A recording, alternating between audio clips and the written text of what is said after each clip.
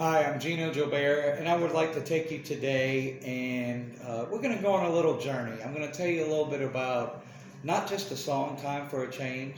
I'll tell you a little bit about the music industry. I'll tell you a little bit about the music business. They are two separate entities. And I'm also going to discuss in little detail of how this song is not only my cry to humanity, but also the solution to the problem. So we'll start out with the very beginning. Time for a Change was actually written 20 years ago. And the reason why I didn't release it then is there was a voice that told me it wasn't time, it wasn't ready to be released. And a lot of that had to do with I had to change me first. And what I mean by that is a lot of people I know in life suffer from a condition called self-doubt. And that self-doubt comes from people who imbue ideas into your belief system at a very early age. Because you think about it, when we're born, we have influences in our life. And those influences begin to convey their ideologies, their belief constructs, and their ideas into our little malleable minds. So what does this do? Is it problematic? Is it a great thing? Well, it depends. What is your source like, whether it's your parents, your teachers, whoever? Because I'll never forget, as a kid, I used to lie a lot. My mom can back this up 100%. But one day I decided I wanted to find truth. And throughout that journey, it took the rest of my life because I searched volumes of information looking for truth. Whether it was how we got here, what's our purpose, is this just a one and done thing, is there life after death, all those things. So the reason why it's very important as to the belief constructs that are imbued into us when we're little is science has uncovered a discovery that says from 0 to 7 years of age, 95% of our subconscious is formed. So why is that important? Because we have a conscious mind and we have a subconscious mind. And to give you, the viewer, an understanding of what the two roles and purposes are, I'll define it.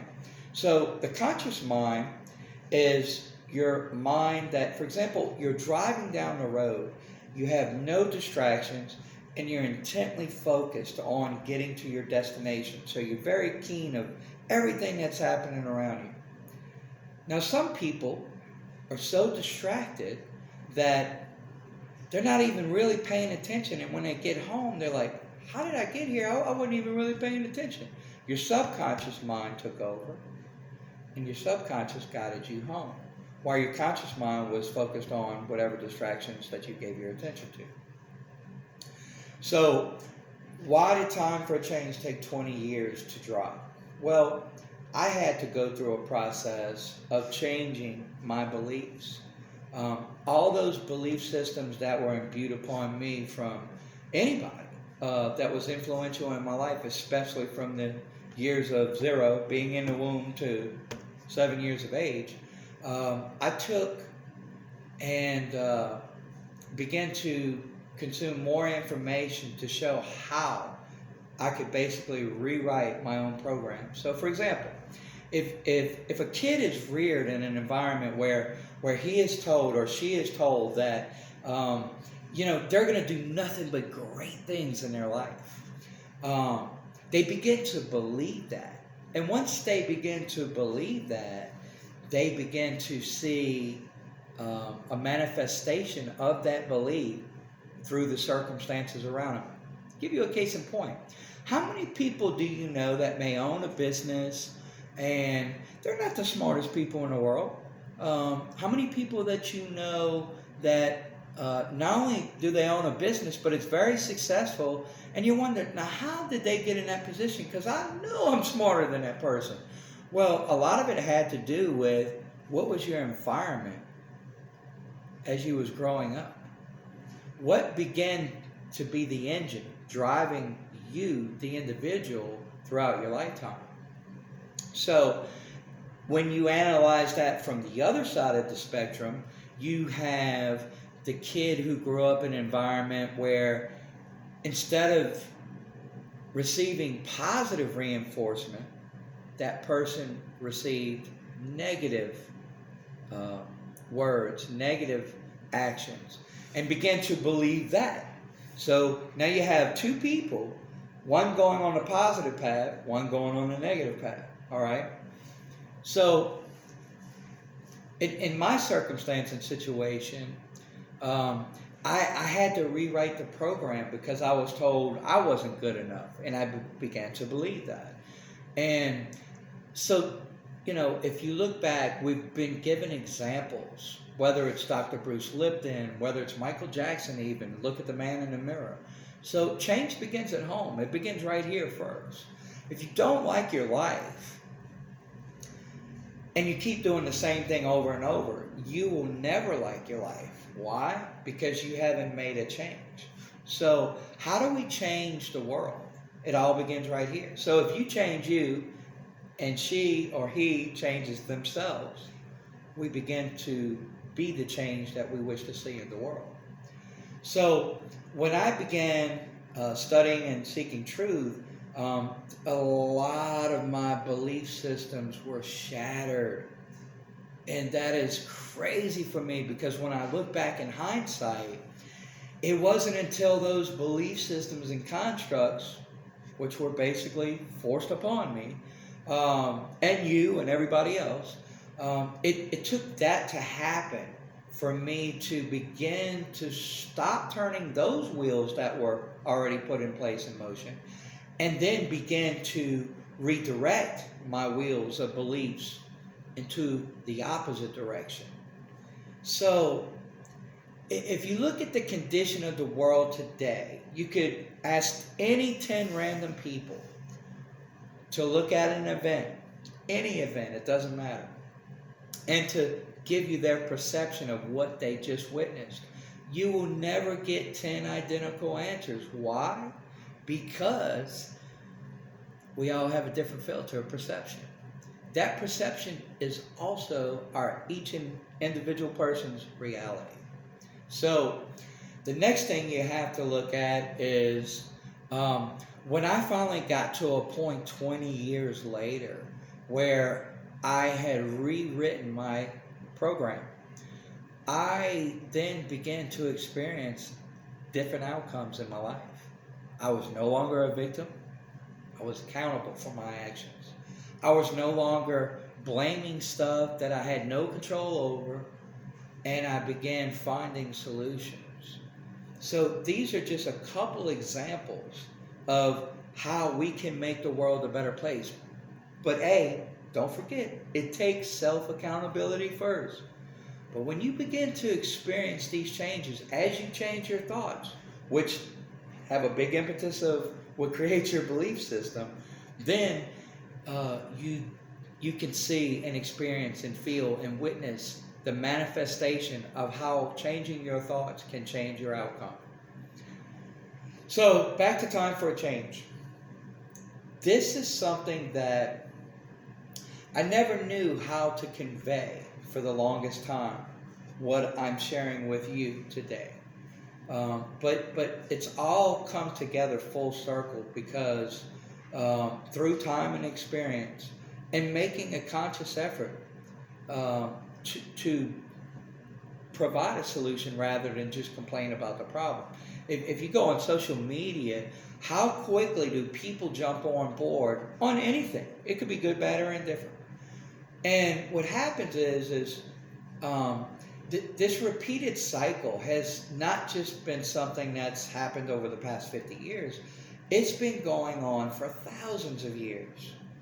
And this is also a reason why it's been perpetuated, because those with the real power in the world today, most of them are, I hate to say it, but either sociopathic or psychopathic. And their quest for power and control is actually proven and quantified through science as being something more addictive than heroin, cocaine, or nicotine. Power, it's been proven through many case studies, is more addictive than any one or all three of those substances combined. So, if you dig a little deeper and you start following the money and you see who owns what, there's a lot of transnational corporations. But then it all leads back to one thing. There are 12 ruling bloodline families that run the world. And, you may have heard of one or two or three of them, whether it be the Rothschilds, the Rockefellers, or the Oppenheimers. So what happens is these families, they continue to, and have done so for thousands of years, they continue to procreate, I hate to say this, but in an incestuous manner, to keep their bloodlines pure. Now, I don't want to get too deep in this, so I'll just leave that at that. But those families make some of the most major moves that affect the lives of billions of people. So, what happens if you do decide that you want to break free from your current existing paradigm that you've created, also with the help of others, because, going back to 0 to 7 years of age, you start doing things on autopilot. We start doing things on autopilot. And we don't even know why we do them. Well, guess what? Nobody can know you better than you. So the best way to know you is for you to put the distractions down, turn off the TV, turn off the computer, turn off your phone, and you go within. I don't even have to get in a sense of theocracy or things from the Bible, but to use one reference. In the Bible it says, the kingdom of God is within. The easiest place to hide something in a human is within him or herself. And that's why people are always looking out there, over here, over there, and not here for the solution to the problems. And that's why we keep having the same perpetuated madness that's been going on for eons. So, if you want to make the world a better place, if all you see is the negative in the world, how can you make it a better place? Because that's all you're focused in. And guess what? That's all you're going to manifest as well. Because thoughts are the precursor to beliefs, and beliefs are the precursor to what you manifest in your life. So back to time for a change. So now I've become a little more evolved as a person. Every day it is my desire to strive, not for fame, not for fortune, not for anything other than to be a better version of myself than I was yesterday. And why is that so important? I'll give you an example. So, and you'll see how this all ties in together, and the point will become crystal clear by the end of this video. When we take and we start changing our thought patterns, I used to always see the ugly in the world. Now I see a lot of the beauty. And I stopped looking at the ugly. I started seeing the beauty. I stopped feeling the ugly because I started appreciating the beauty. The same can happen to you. Notice this. How crazy is this?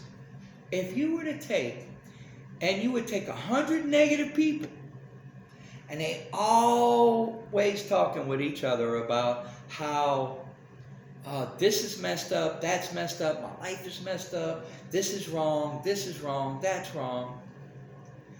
Everybody in that circle is feeding the same ingredients to their lifestyle to create that continued picture. Now, over here, you have a different group of people. All they ever do is rejoice, have gratitude.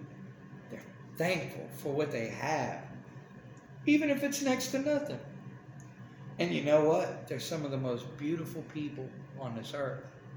Now, if the earth were to have more people with that perspective, mindset, and action, guess what? We've now provided a solution for the current problem. So, I went to record Time for a Change back about 9 months ago, and it started out on the wrong foot. And the studio did not have a piano there, which I had written the song initially on piano. And there's a big difference in the tonation, as well as the sustain tonation from a sustain pedal on a piano versus that on a keyboard. So because they didn't have a piano, the foundation, which song being written in piano first, when I played that, it just didn't sound right. So that means every other instrument that came on, it didn't sound right either. So this time around, I went to a different studio, laid the tracks on a piano, and everything just took off like crazy. It wasn't time 9 months ago, obviously. But rather than complain about the loss of money spent on wasted studio time, etc., I just sat back and I gave thanks. I said, it's not time right. It's not time right now to release this song. So, in my old way of thinking, I'd still be complaining about, man, I just spent $1,500 and got nothing to show for it. In my new way of thinking, as I evolved, I was appreciative that there was a sign given to me. Whether you want to say it came from God, the universe, source, that's strictly up to you. I was very grateful that that happened, because there is such a thing as divine timing. There really is. And you know it, and I know it, and so does most everybody else know. When something happens in divine time, it's one of the most beautiful things out there. So, what I'd like to do is to help more people to discover the keys and secrets to being happy in life. And for me, I can't say this is the golden key for everybody. I just know it worked for me. But if you have gratitude for what you do have, you can always be happy. If you can forgive yourself first for anything that you do self-loathing, you're beating yourself up, oh, I shouldn't have done that, whatever. And if you can forgive yourself first, then you can also forgive others around you. And then the third key is love. What is love? Oh, it's a term that is often used. It's also often misused. Let me give you an example. Have you ever been in a relationship and somebody said, oh, I thought you loved me. Well, you should have done this or you should have done that. Well, is that love? Sorry to tell you, it's not. Love does not come with expectations. I promise you. Secondly, love is actually quantifiably, scientifically proven to be a vibration at 528 hertz. Now, what's the opposite of that? Fear. Fear is a very low vibration. Why is this an important part of this message? It's also been proven in science that fear, that low vibration, it's a lot easier to control people when they're vibrating on a low frequency. It's not so easy to control people when they're, as the old hippie saying used to be, vibing high. So this is something that was a major learning point for me, because once I began to identify that, I did everything I could to raise my vibe. The more I raised my vibe, the less controllable I was by those around me. It's been a crazy journey and discovery for me. But the thing that I'm really taken aback from is if you take those 100 people we used in the earlier illustration, that they're always looking at the negative in things, wouldn't you think, just using common sense, wouldn't you think that somebody out of that 100 would say, wait a minute, we're all a bunch of nutbags because we're staying in this soup of negativity. How do we get out of it? You hardly ever hear that question posed. But on the flip side, a beacon of light, a person who's vibing high, filled with love or filled with God, anything that is good, they could be living as an example and going in close proximity of those 100 people on a daily basis.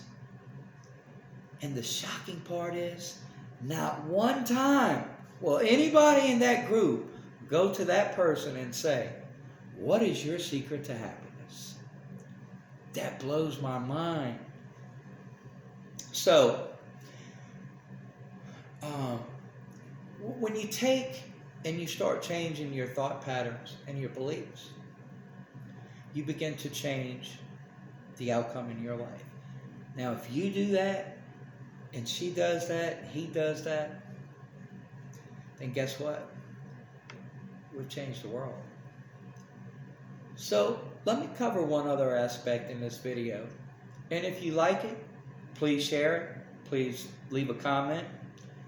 Or better yet, if you're one of those people that are filled with light, share a comment as to how you've transformed your life through using pretty much the same principles. Because, like anything, we were taught going to school that, hey, if you want a better life, you got to go to college. I don't have any degrees. And I'm okay with that. Because that's the world's way of saying, you know, you're bright, you're smart, whatever. But the only person that needs to validate you is you. And when you get self-validation, you remove self-doubt. Oh, wow, bingo, we have a winner. That's right. So this whole song wraps around one simple concept. Change begins right here. And when you make that change and you start experiencing a better life, you're going to thank yourself. You're going to be like, wow, why didn't I try this sooner? So let's take a moment. And if you do this on a daily basis, take some time out of your day for introspection. When you start thinking within, okay, well, how do I stop all these negative thoughts? I get these crazy thoughts that come into my head and I just don't know how to stop it. It's actually pretty simple. So, for example, let's say you're in a relationship and you get this crazy thought, as you call it, that your spouse might be cheating on you. Well, there is a possibility it could be true. But then you also have to ask yourself, this is peeling the next layer of the onion bag. Is that me? Is that them? Or is that something else? So, take a moment when you start spending a little time, because guess what? You give your time to so many other people, the job, the family. Oh, wow. Yeah. But how much time do you give yourself? How important is it to devote time to you? Without self-love, there can't be no love to give to someone else. So, I am sharing with you a lot of the concepts of what has made me who I am today. And like I said, it's not about fame. It's not about fortune. It's about blissful, happy, contentment living. So, hopefully, we can get some comments from this, and people can share in their success stories, because very few people, from what I've seen, especially if you look around the world today, have really just come out the womb, everything was perfect, and their whole life was perfect. I don't think I've yet to meet anybody like that. So, on the flip side, for those who do seem like bright and shining stars, and I don't mean because they're on TV, I'm talking about their persona, their personality, the way they treat people with kindness. Those are the type of people that, if you were to go ask any one of them, did they have hard times in their life? They all going to say yes. If you were to go ask any one of them, what's their secret of happiness? Hey, you're going to break the paradigm right there, because very few people do that. So with that being said, I want to thank you for tuning in. My name is Gino Joubert, and now you've learned the backstory to Time for a Change. Have a great day.